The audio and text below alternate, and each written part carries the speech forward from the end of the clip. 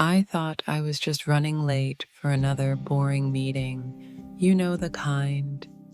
Stiff suits, fake smiles, coffee that tastes like regret. But when the elevator doors opened, everything changed. There they were, two powerful, respected women, locked in a kiss that was anything but professional. My heart stopped. My brain screamed, "Look away!" But I didn't. What I saw in those few seconds shattered every assumption I had about power, love, and secrets. And now I can't unsee it. I isn't supposed to be on that floor. That's the first thing I should say. I had hit the wrong button, distracted by emails, caffeine jitters, and the usual Monday morning chaos.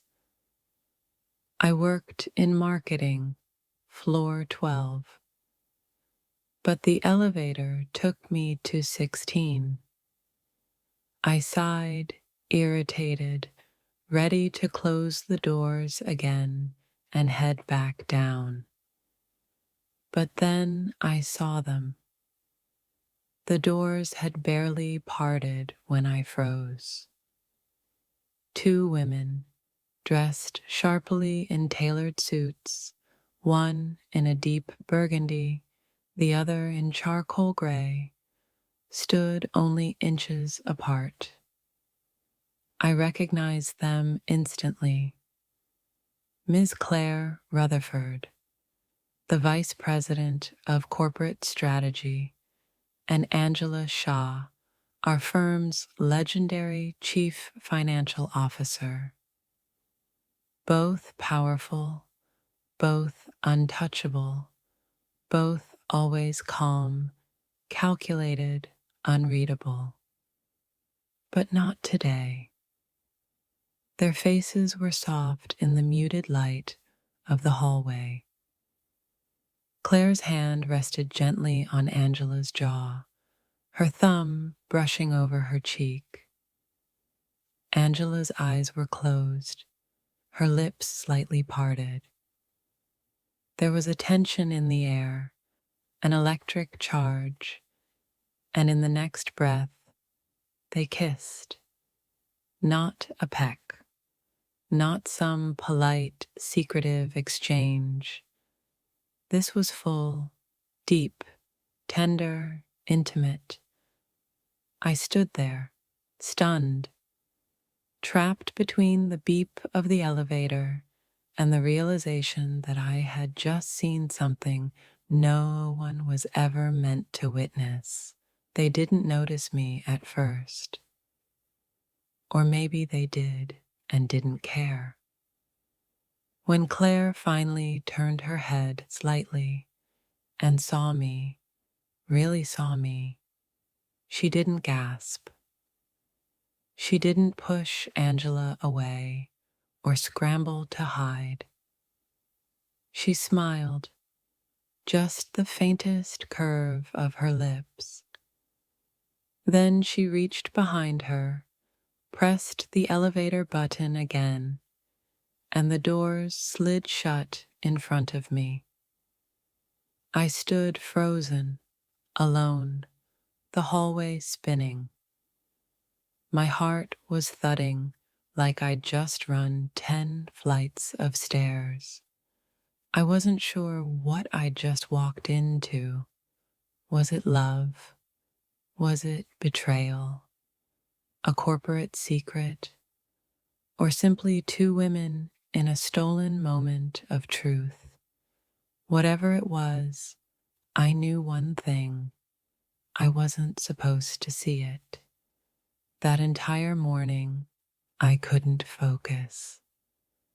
I kept replaying it in my head, analyzing every detail. Had I imagined it? No. The kiss had happened. I could still hear the silence between them. I could still feel the weight of their connection pressing against the air. I didn't tell anyone, not because I was afraid, but because part of me didn't want to ruin something that felt sacred. These weren't gossip column celebrities. These were two women who had survived decades of corporate politics. Women who had earned respect through relentless excellence. Women who had likely fought harder than anyone to simply exist in the rooms they now ruled. And somehow, in that moment, I saw them not as legends, but as human, as lovers, as something vulnerable and raw and brave. Still, a part of me wondered, how long had this been going on? Had they been in love for years, hidden in plain sight? Or was I witness to the beginning of something? And more importantly, would I ever look at either of them the same way again? I didn't know it yet, but that accidental glimpse would unravel things I never expected about them, about myself, and about how much can be said in a single kiss. And trust me, this was just the beginning. The next time I saw them, Claire and Angela, it was in the quarterly strategy briefing. Same boardroom, same espresso machine humming in the corner, same mahogany table that always smelled faintly like varnish and power. But something had changed. Or maybe it was just me. Angela entered first, elegant as always, in a navy pantsuit with gold buttons. She nodded politely to those in the room, completely composed. Then Claire walked in 5 minutes later, her heels clicking with surgical precision. She didn't look at Angela, not once. But I couldn't stop watching them both. No one else noticed anything strange. The room buzzed with the usual corporate talk, performance metrics, market shares, projections. But I was laser focused on body language. The way Angela's hand lingered just a second too long near Claire's chair when she passed behind her. The brief flicker in Claire's eyes when Angela spoke about Q4 numbers. It was nothing overt, nothing scandalous, but to me, it was loud. And I couldn't stop wondering, was I the only one who knew? That's when it started to feel dangerous. Because now I wasn't just an employee. I was a secret keeper, an accidental witness to something deeply personal, something that could unravel careers or ignite whispers in every hallway, and I didn't know what to do with it. Later that day, I ran into Claire alone by the elevators. She was checking her phone, her posture calm, as if she owned the floor, which she basically did. I hesitated, but something in me pushed forward. "Miss Rutherford," I said, trying to sound casual. "The presentation this morning was great." She looked up, For a split second, I thought she might brush me up with a polite nod and keep walking, but she didn't. Instead, she gave me a look, sharp, calculating, yet strangely soft. "You were on 16 the other day, weren't you?" she asked. I froze. "Yes," I said, voice lower than I expected. "By mistake, I didn't mean to." Claire raised her hand gently. "Relax," she said, with that same faint smile I saw in the elevator. "You didn't see anything." It wasn't a threat. It was an invitation to let it go. But I couldn't. "Actually," I said, "I did." The hallway went silent. I braced myself. But Claire didn't flinch. She sighed, looked toward the glass windows where the city glittered far below, then turned back to me. "People think when you reach a certain level of power, you stop needing permission to live your life," she said. "But that's not true. You just get better at hiding." I didn't know what to say. I wasn't judging her. I was just moved. "I'm not going to say anything," I told her. "I know," she replied. "You're not the type." Then, just as the elevator dinged, she added, "But be careful. Truth has a way of revealing more than you expect." She stepped inside and the doors closed. That night, I couldn't sleep. I thought about how lonely that power must feel, how much strength it takes to love someone in secret, and how one wrong moment, one witness, could change everything. But more than anything, I wondered, what would I do if it were me? If I were the one in love with someone I couldn't have in the light of day? I was beginning to realize this wasn't just their story anymore.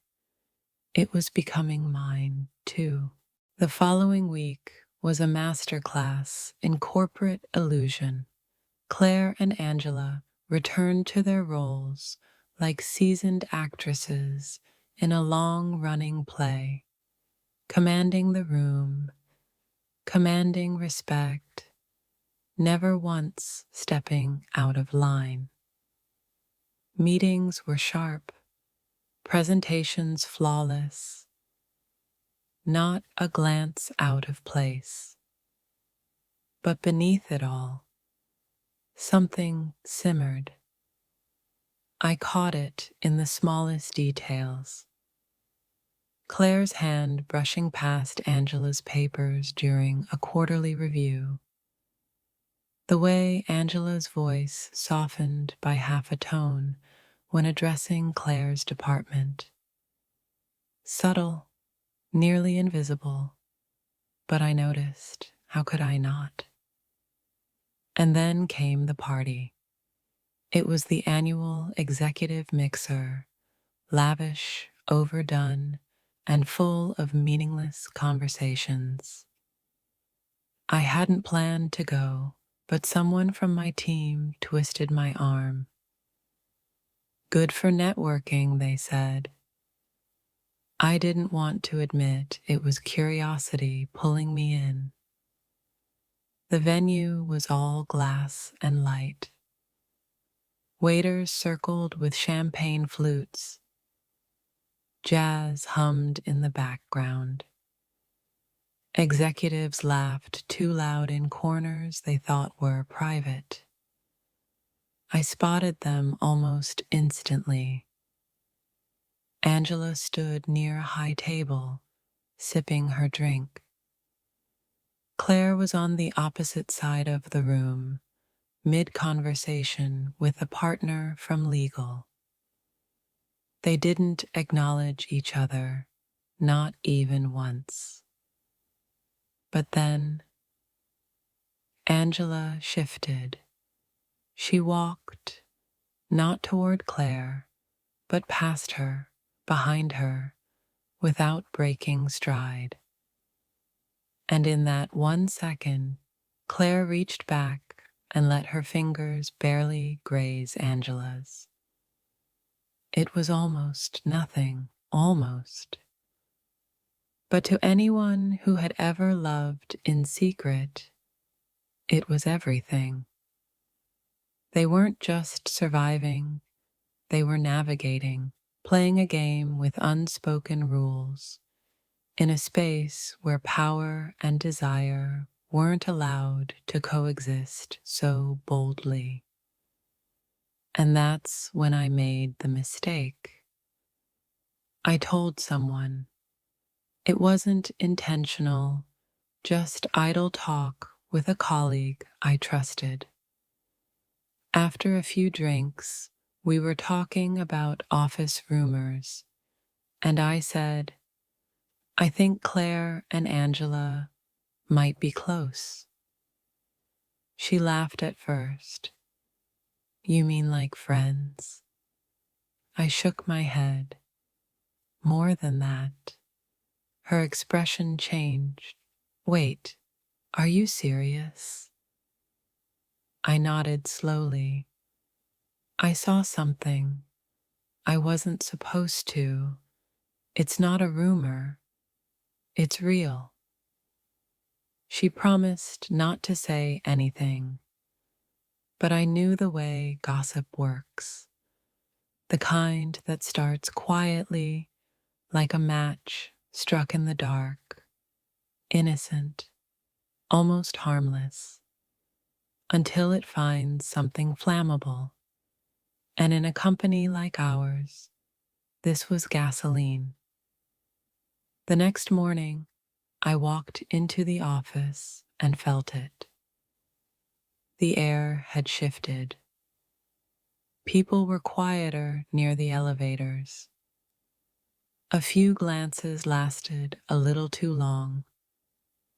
The intern at reception avoided eye contact with me completely. I'd lit the fuse. Hours passed. No sign of Claire. Angela skipped her usual walkthrough. My chest ached with guilt, with fear, not for me, but for them. I had seen something sacred, and now I'd turned it into speculation.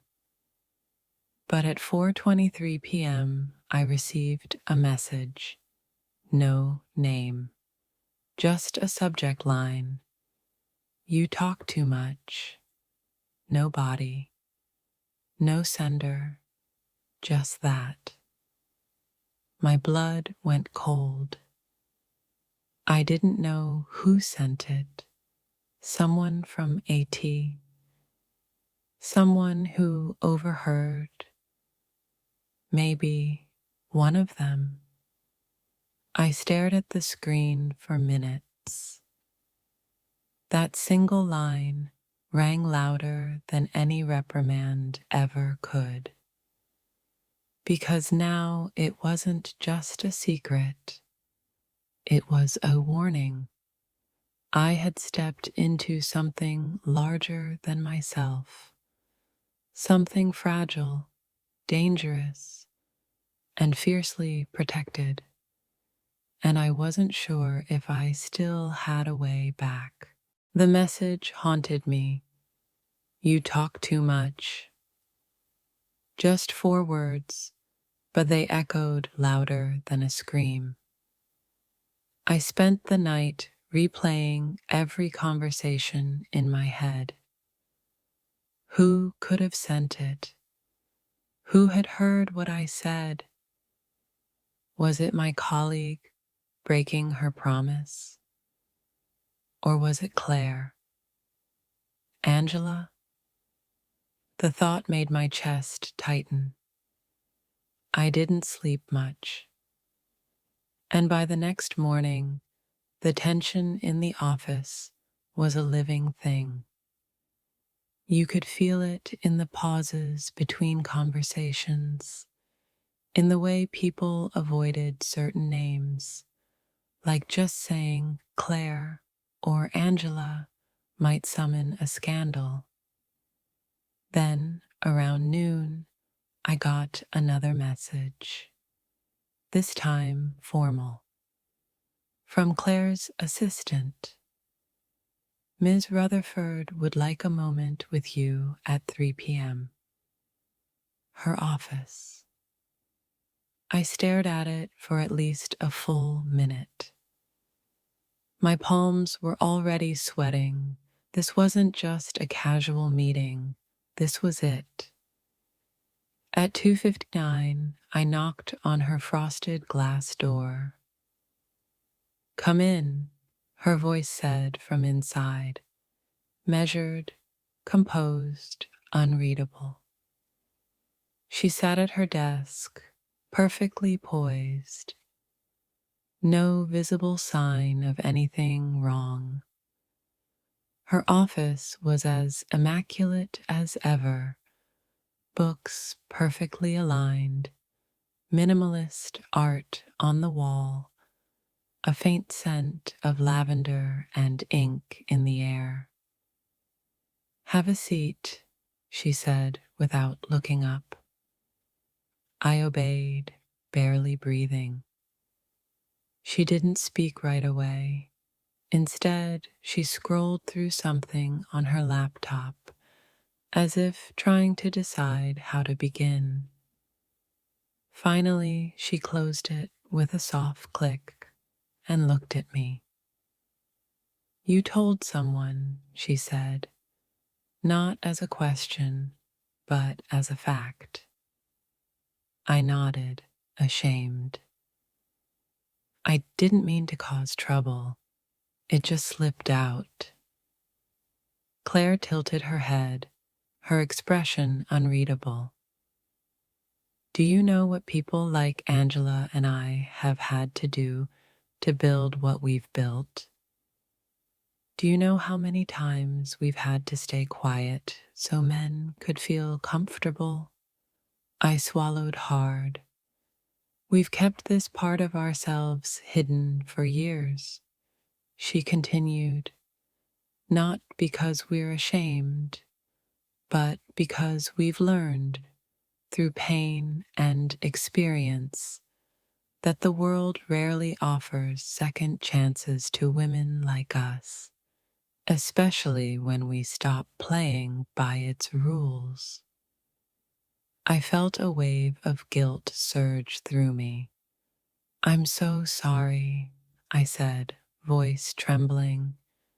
"It wasn't my place. I didn't know what to do." Claire exhaled, then leaned forward slightly. "You're young. You still believe every truth deserves to be told. But sometimes silence is a form of protection. Sometimes it's the only shield we have." I nodded again, eyes stinging. Then her voice softened.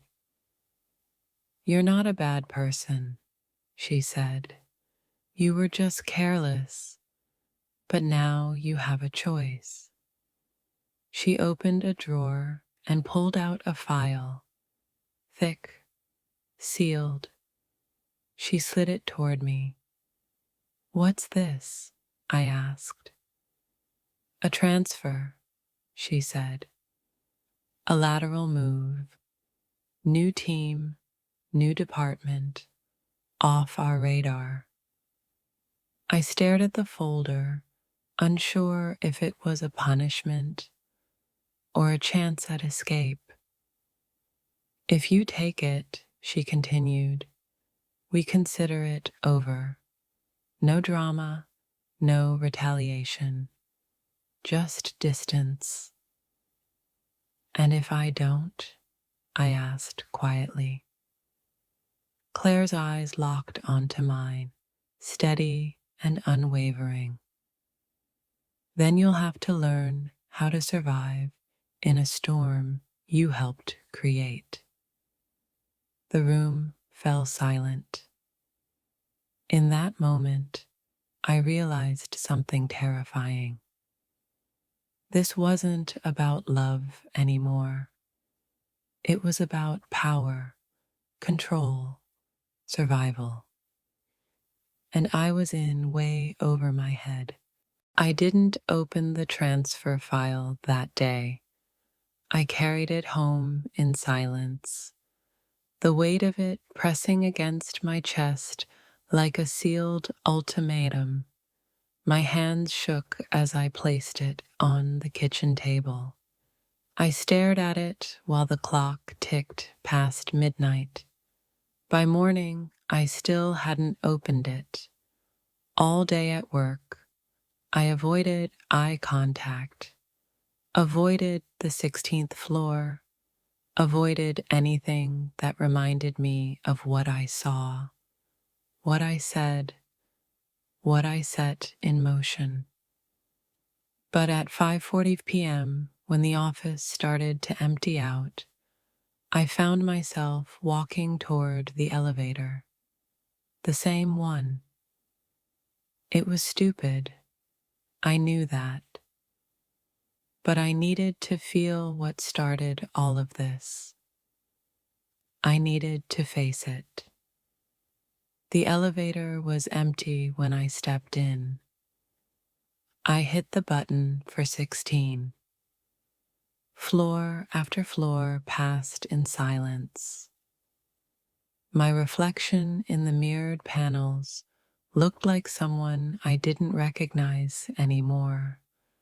Someone older, maybe wiser, definitely changed.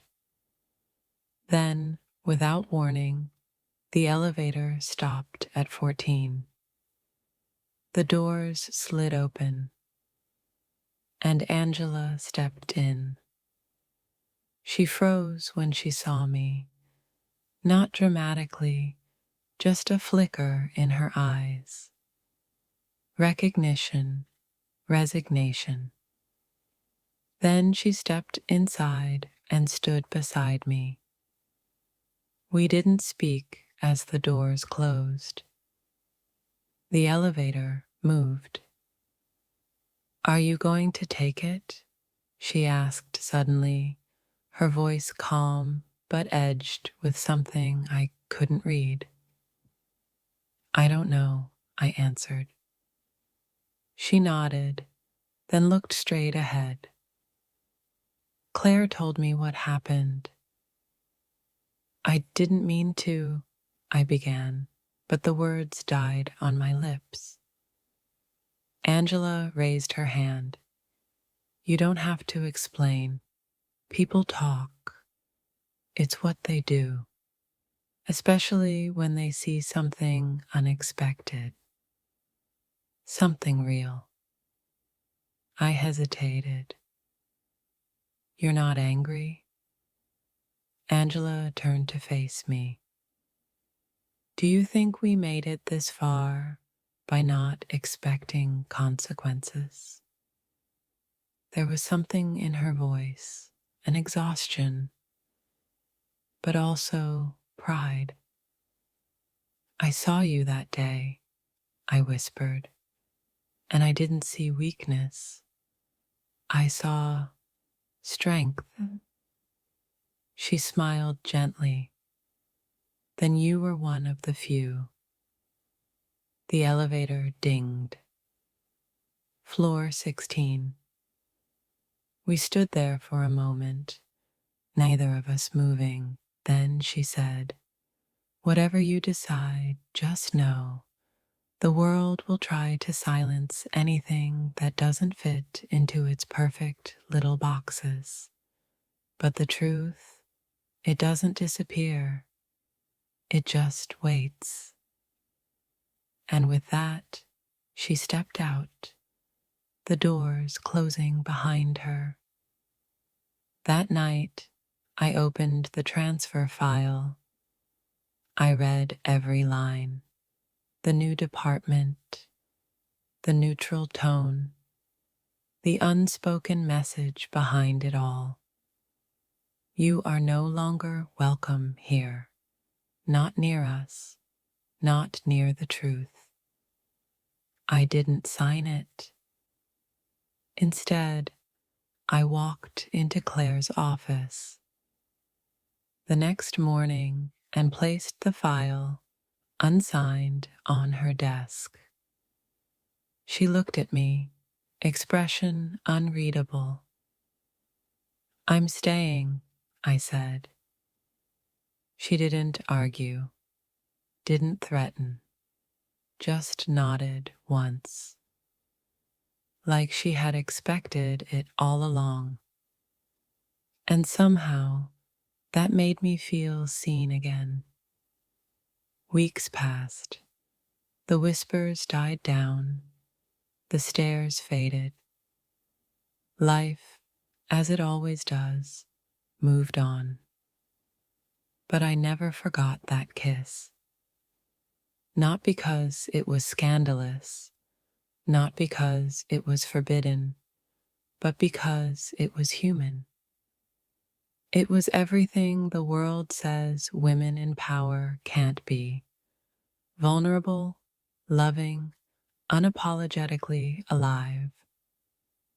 And I had witnessed it. By accident, yes, but also by fate. Now, every time I step into an elevator, I pause before the doors close. I remember the kiss, the moment that changed everything. And I remind myself the truth doesn't ask for permission. It just shows up. Some moments change everything, even if you weren't meant to see them.